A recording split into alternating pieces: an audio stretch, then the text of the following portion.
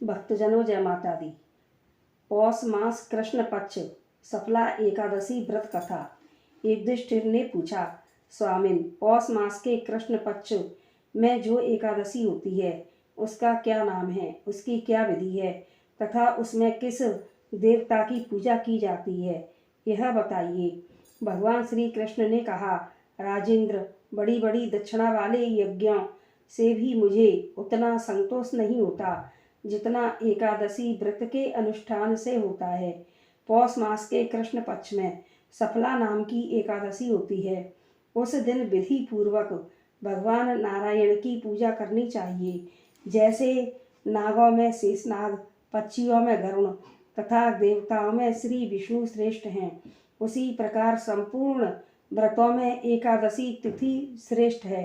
राजन, सफला एकादशी को नाम मंत्रों का उच्चारण करके नारियल के फल, पारी, बिजौरा तथा जमीरा नींबू, अनार, सुंदर आंवला, लौंग, बेर तथा विशेषतः आम के फलों और धूप दीप से श्री हरि का पूजन करें।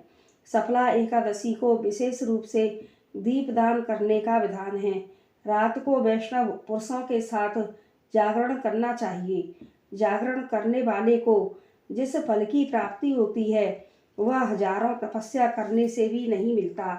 नृपश्रेष्ठ, अब सफला एकादशी की शुभ कारणी कथा सुनो।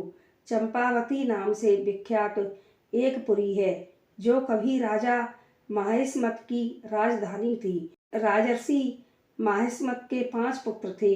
उनमें जो ज्येष्ठ था वह सदा पाप कर्म में ही लगा रहता था, पर स्त्रीगामी और वैश्यासक्त था।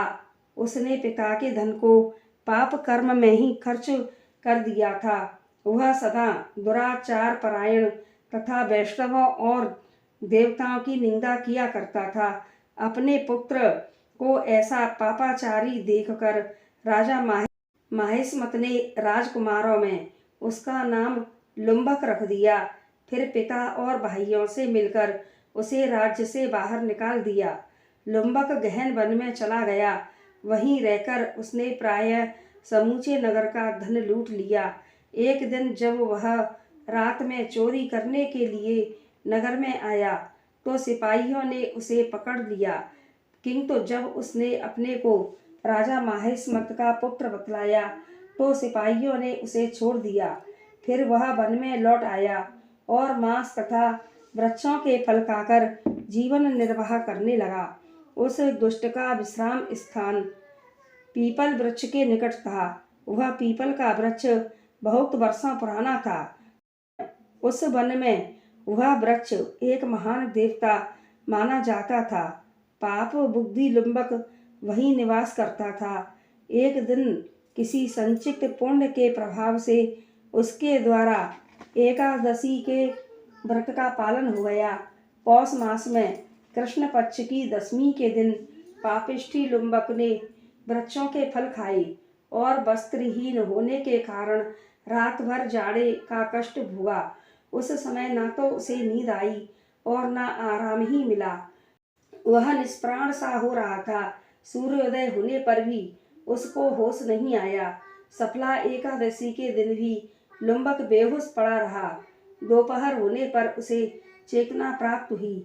फिर इधर उधर दृष्टि डालकर वह आसन से उठा और लंगड़े की भांति लड़खड़ाता हुआ वन के भीतर गया।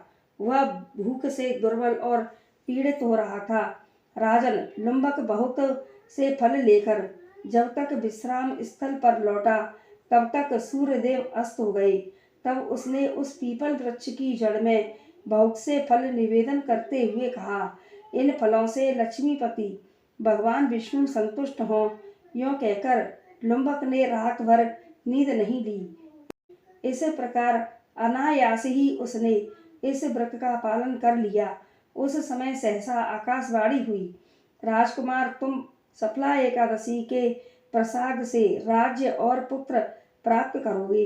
बहुत अच्छा कहकर उसने वह वरदान स्वीकार किया। इसके बाद उसका रूप दिव्य हो गया।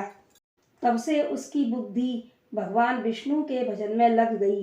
दिव्य आभूषणों से सुशोभित होकर उसने निष्कंटक राज्य प्राप्त किया और 15 वर्षों तक वह उसका संचालन करता रहा। उसको मनोज्ञ नामक पुत्र उत्पन्न हुआ। जब वह बड़ा हुआ तब लुम्बक ने तुरंत ही राज्य की ममता छोड़कर उसे पुत्र को सौंप दिया और वह स्वयं भगवान श्री कृष्ण के समीप चला गया, जहाँ जाकर मनुष्य कभी शोक में नहीं पड़ता। राजन, इस प्रकार जो सफला एकादशी का उत्तम व्रत करता है वह इस लोक में सुख भोग कर मरने के पश्चात मोक्ष को प्राप्त होता है। संसार में वे मनुष्य धन्य हैं जो सफला एकादशी के व्रत में लगे रहते हैं, उन्हीं का जन्म सफल है। महाराज, इसकी महिमा को पढ़ने सुनने तथा उसके अनुसार आचरण करने से मनुष्य राजसूय यज्ञ का फल प्राप्त करता है। बोलो सफला एकादशी मैया की जय। यह सफला एकादशी व्रत कथा आप सभी को पसंद आई हो तो हमारे चैनल को लाइक शेयर और सब्सक्राइब करें। जय माता दी।